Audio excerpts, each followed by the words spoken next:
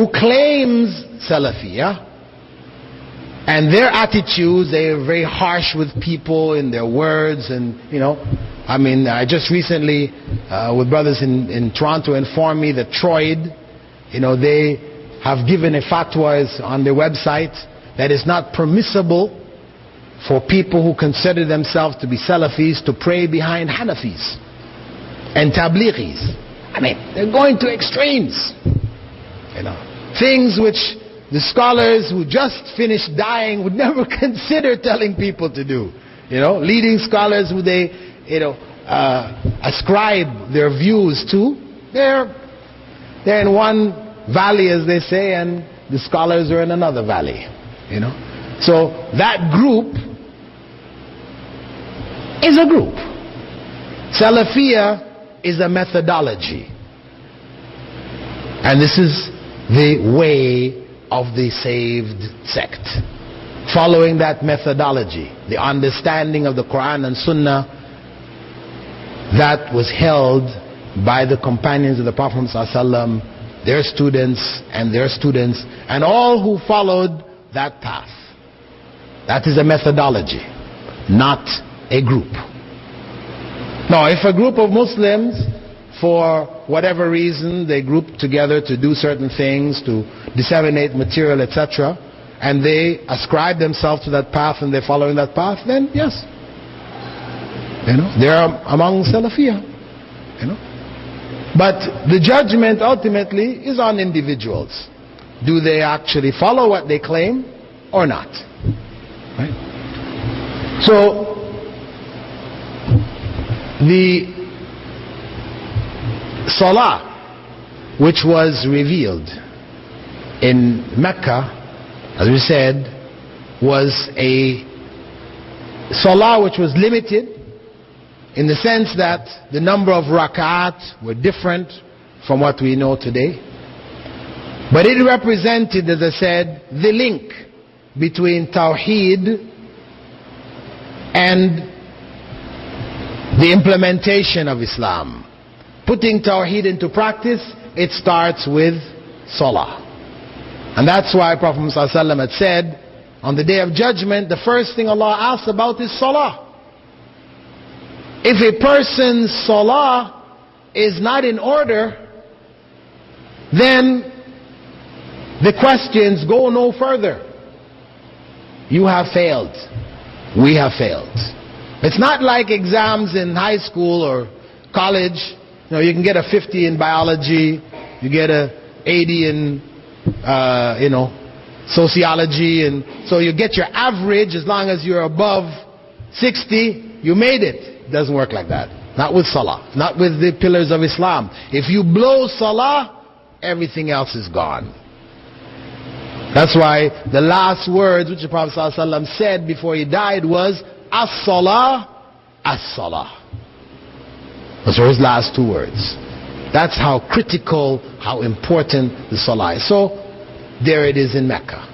The only pillar of implementation from the pillars of Islam, besides Shahada, because of course Shahada has to be there for people to become Muslim.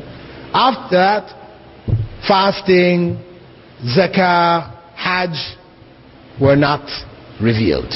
Not in the Meccan period. It was just Salah. Then you find the Meccan verses, they deal with the unseen world. Heaven and hell. People need to know about this. We need to know about Allah. We need to know about resurrection. We need to know about the consequence, what's going to happen at the end of this world. So that information is taught. Allah speaks about the process of resurrection. This is something that people doubted. Verses where Allah mentions them asking, after we've turned into dust and bones or just broken up into pieces, we're going to come back again? That's weird. Allah says, this is what they say. But for Allah to bring us back again is easier, if there was such a thing, than to have made us in the first place. It's much easier to remake something you made than to make it in the first place. So Allah used a bit of logic on them. Think about this. And Allah does address some of those who disbelieve, saying to them, Am khuliqu min ghayri shay'in am humul khaliqun. Did they create themselves, or were they created from nothingness, or did they create themselves? And it's either one or the other. Nothing cannot create something. That's common sense. And we surely didn't create ourselves. Although they like to claim, well, matter or mass was always there. It has no origin, no beginning in time. It's self-perpetuating, eternal. They've given Allah's attributes to the world. This is ancient. You find some ancient Greeks expressing similar ideas. The earth was always there. But of course, from a logical point of view, this doesn't work. Because if we say that the origins of this world is in infinity, right? You're gone back to infinity. It means that it will take an infinite amount of time to get to the present. No? That's right. If you go back to its origins are in infinity, it means from infinity to now will take an infinite amount of time, which means we would never get here.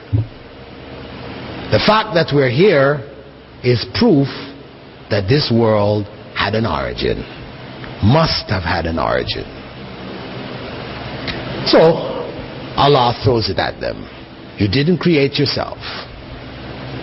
So then what? The only thing else is that you had to have been created by someone, not from nothing, because that doesn't work.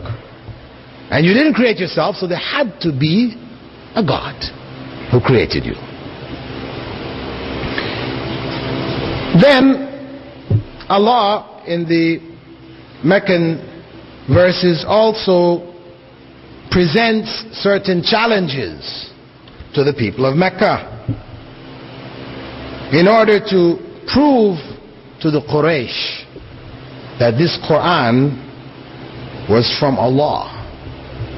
It came in a miraculous form, a form which they couldn't imitate. And Allah tantalized them, mocked them, by beginning some of the chapters with Alif Lam Mim, Taha, Sad, Qaf. I know some people have gone and given explanations for what these letters mean, but there are no explanations. Right? These letters have no meaning known to us. To Allah, Allah knows best. But to us, we don't know. But what is obvious is that for the Arab, this mode of writing was new. The use of single letters in verses of poetry was unknown in this way. They did use it at the end of verses. After saying something, they may throw in something at the end, like the verse, قُلْتُ لَهَا قِفِي فَقَالَتْ لِي قَافٍ. I said to her, stop, and she said, Qaf. Qaf in Arabic, they understand that it means waqaft. I have stopped. So they use the letter Qaf. It can be understood in the context of what was said before. But now to start with that, this was not their methodology. So it was a mockery. Allah is mocking them. You make these poems that you love so much that you worship them, you hang them on the Kaaba in adoration and worship, made from these same letters. We have now something which you cannot imitate. You can't do it, but it's made up of the same letters. This is the challenge. So the challenge is there from the Meccan period. And it's a challenge which is carried right on through to the Medinan period. Allah also talks in the Meccan verses about the people of old, because the people of Mecca, they had stories which had been handed down to them of ancient civilizations, etc., etc. The people of what they call Madain Salih, their structures were still there to the north of Medina. You go north there, you can see huge rocks, boulders, where homes are carved out of them. Graves are carved right into the rock. You can go in the homes with all the rooms, carved right into the rock. They call it the Nabatean civilization. You've got a lot more of it there in Jordan. So their trade routes took them through these areas. So Allah told them about these people. What happened to them? Why was their civilization destroyed? A civilization which they could see obviously was way beyond where they were. And the people of Arabia, what existed of their own buildings, etc., at that time in the 8th century, 7th century when the Quran was being revealed, it was nothing in comparison to these structures that they could see. Okay? So Allah spoke to them, used them as examples, calling them back to the worship of Allah and pointing out to them the consequence of not worshiping Allah as He deserves to be worshipped. What you also find there is that Allah makes mention of certain civilizations which were in myth and which early scholars, Western scholars, looking at the Quran, doubted. When Allah speaks of Iram Dhatul Imad, Iram, the civilization of Iram, they couldn't find any civilization there in Arabia known as Iram. When they look back to the records, held in ancient biblical type records, there's no mention of Iram there. So they said this is part of the fables and the mythology of Arabians, which has worked its way into the Quran. So you can see it's not really a book of revelation. No way. This is Muhammad sallallahu alaihi wasallam. He's just sticking anything he heard in there, bits and pieces from here, there, everywhere. Then a few years back, they ran across a city in Mesopotamia which they didn't know anything about. They thought that the cradle of civilization was that area between the Tigris, Euphrates, the area of Mesopotamia there, and Egypt. These were the two major civilizations. Beyond them there were none. But farther to the north, in Syria, they came across in their research a civilization called Alba, which they had never heard of before. And they went in and they found records in ancient inscriptions known as cuneiform, which was also common in Mesopotamia. They found a library full of this stuff, describing their civilization, and it was a massive civilization on the same level as that of Mesopotamia, and they didn't know anything about it before.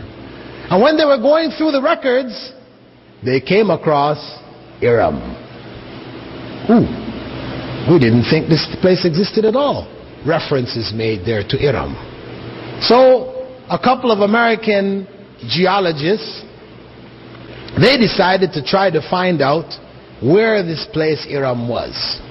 And they started to do research in southern Arabia, in Yemen, and asking around. And the people had it in legend. They spoke about Iram.